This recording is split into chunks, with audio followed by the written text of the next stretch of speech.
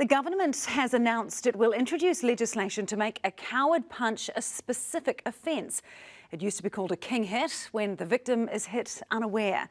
The government says people can be killed or suffer lifelong brain injuries, yet perpetrators often receive lenient and insufficient sentences. But one prominent lawyer says existing laws already deal with this kind of offence. Adam Hollingworth reports.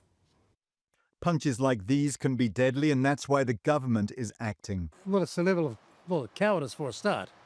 The victim has no notice, and because of that, the chance of them defending themselves is just impossible. So we want to spell out how acceptable it is.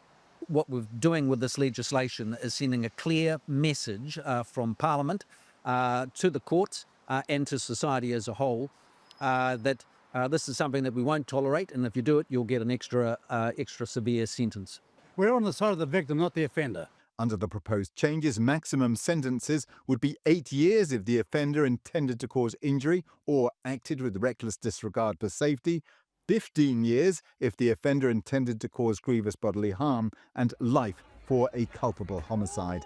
In the most prominent recent case, promising MMA fighter Govt died here after being punched in 2021 on Auckland's Simon Street. The man who threw that punch, Daniel Harvey, received a sentence of 2 years and 9 months. For the victims like Foe, his family, and for other victims, this will certainly act as a little bit of solace that at least out of those deaths, there has been some movement. Govt's trainer, Mike Angove, is on the board of the Walk Without Fear charitable trust.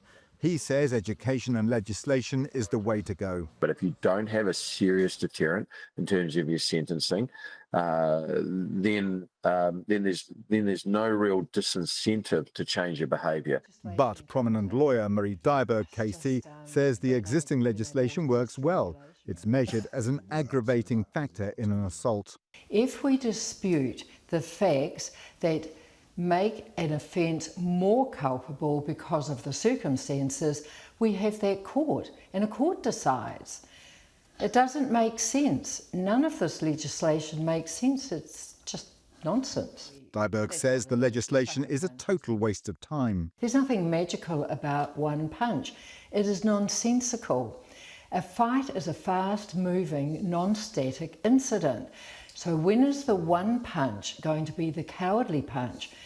When you've got a series of punches. Over the past few days, the government's been announcing it's getting tougher on sentences, also restricting judges from shortening them and targeting those who attack first responders. They're all practical, common sense things that I think the regular New Zealanders watching this conversation will say that's good stuff. The consequences will be a fast-growing prison population, but the government argues it's got to put people inside short term to ensure there's a drop in crime.